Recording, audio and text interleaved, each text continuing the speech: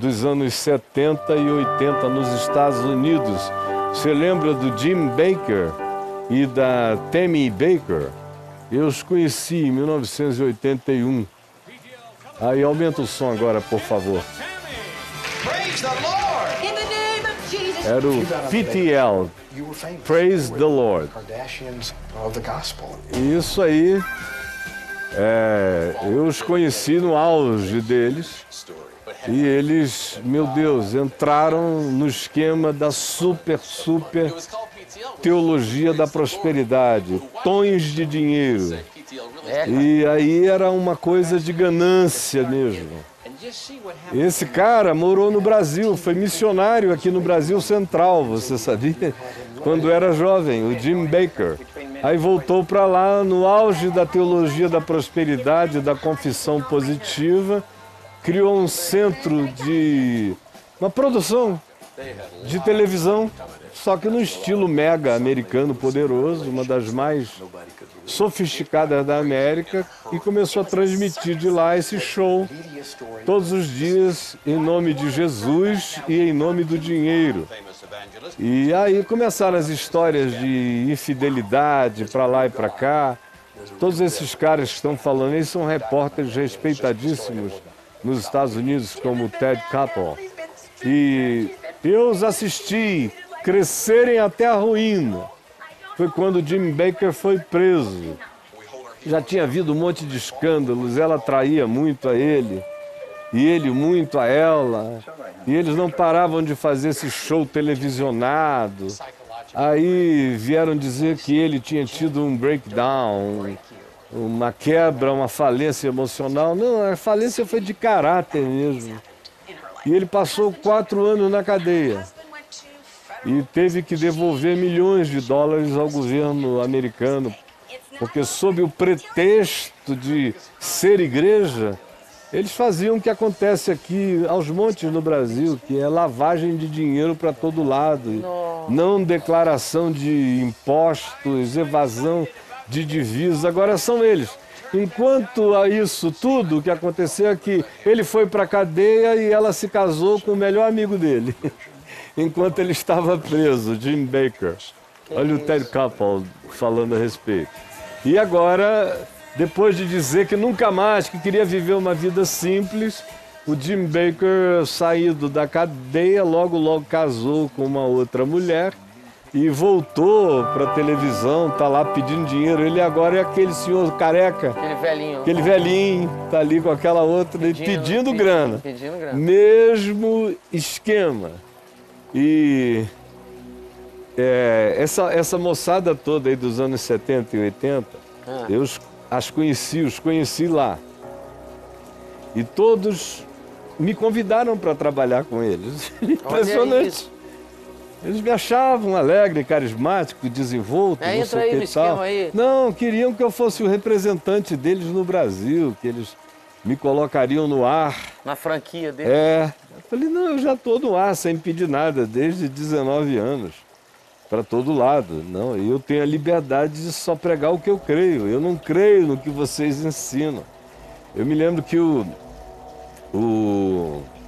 Pat Robertson tentou fazer uma gozação comigo uma vez, porque ele tinha me convidado para apresentar o programa dele no Brasil, na América Latina, e eu disse não.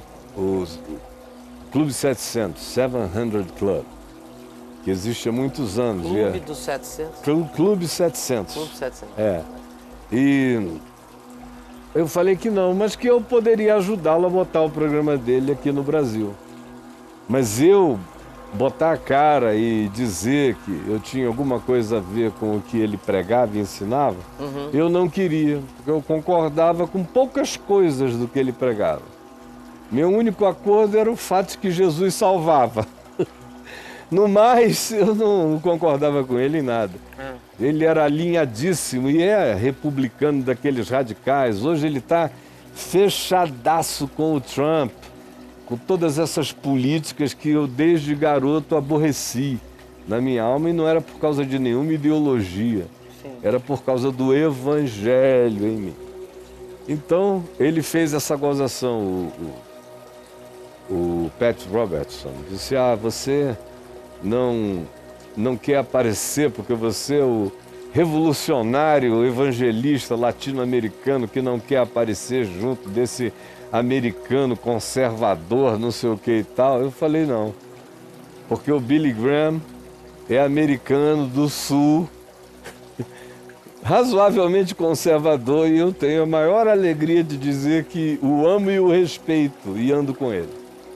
Eu não concordo com as suas posições, com as suas escolhas políticas para a terra. Um cara que era anti-meio ambiente desde sempre, um sujeito que era pró tudo que fosse radicalização para a direita. Eu não gosto de radicalização para nenhum polo. Para lugar nenhum. A sociedade só se equilibra andando equilibradamente, senão ela se inimiza de si mesma, se torna autofágica. Então, é uma pena. E ele está aí, voltando. Eu vi há uns anos atrás nos Estados Unidos, ele já estava assim idoso, calvo, quase não o reconheci. Se na TV não tivesse aparecido o nome dele, Jim Bakker. Só teria demorado um pouco mais, talvez o tom de voz viesse a reconhecer.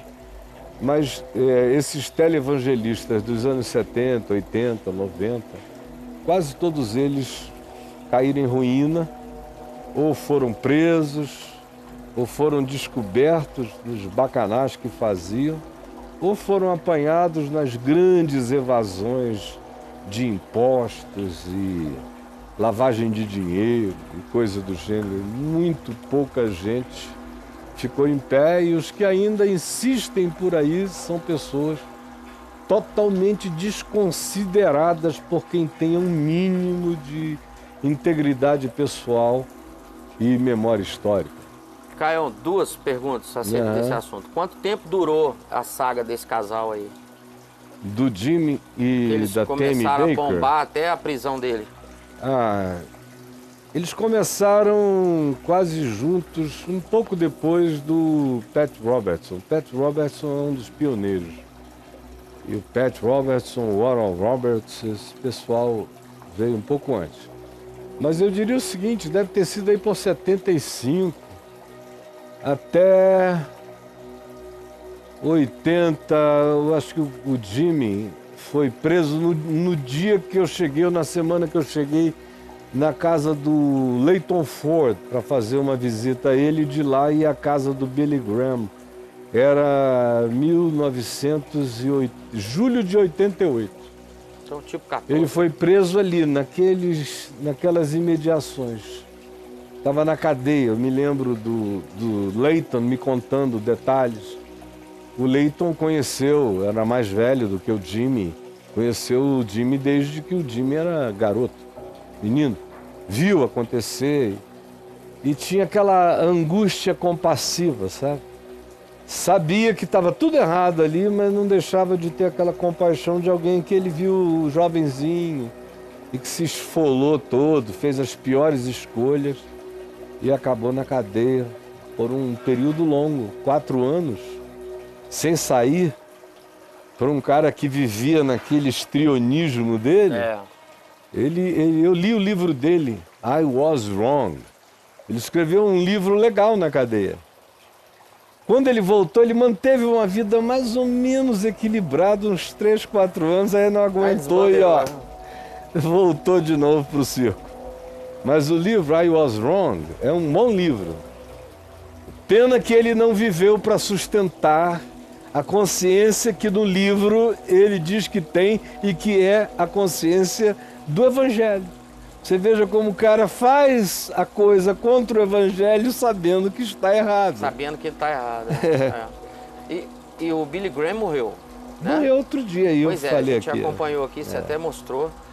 Depois da morte do Billy Graham, sobrou alguém lá nos Estados Unidos que sobrou, mas prega não um evangelho responsável? Sobrou, mas não com aquele alcance que outros tiveram. Então, claro, em todo lugar sempre tem gente séria, gente de Deus, mas sem aquela repercussão positiva e ampla. São pessoas do bem, mas sem O fato é o seguinte, essa geração não está disposta a promover a lucidez, ela só está disposta a promover a loucura. Então, quanto mais lúcido você seja, menos audiência você tem. Quanto mais doido você seja, mais audiência você tem. Então, eu tô ferrado no meu futuro. Sim. Sim, eu vou ser assistido por cada vez menos gente, graças a Deus, por pessoas cada vez mais equilibradas e lúcidas. Mas eu não conto com grandes quantidades, eu conto com o aprofundamento qualitativo de algumas consciências, porque eu sei que assim como teve esse refluxo, esse fluxo, ele vai refluir. E a gente está aqui esperando a volta. Sim, esperando a volta. Quando o pessoal voltar todo arrebentado, sem alma, quebrado, morto, eles vão encontrar evangelho. Evangelho puro e simples. Então tem gente boa, mas sem essa repercussão toda. Sem a visibilidade. Quem tem as grandes repercussões são os ruins. Os politicamente alinhados com o Trump, que fecham os olhos para qualquer loucura humana que ele faça, desde que ele garanta aquela trindade cristã, que é o pinto, a vagina e o ânus. Mantém aquilo ali, não é? Fechado com a trindade cristã. Fora isso, ele pode arrebentar a terra. Cara, então não está diferente do Brasil, não? Não, o Brasil é que não está diferente da América. Está tudo a mesma. Se não foi a América que veio aprender no Brasil, foi o Brasil que puxou aprende com a América, especialmente os evangélicos brasileiros são cópias. Antigamente eram cópias com 5 anos de atraso. 10 anos de atraso. Agora são cópias com 6 meses de atraso, 3 meses de atraso, de todas as porcarias evangélicas americanas, de toda essa perversão que está levando um monte de pastor ao suicídio. Uma coisa está ligada com a outra. Morreu a espiritualidade na América. Então veja quem são os pastores que se suicidam lá, tanto quanto aqui.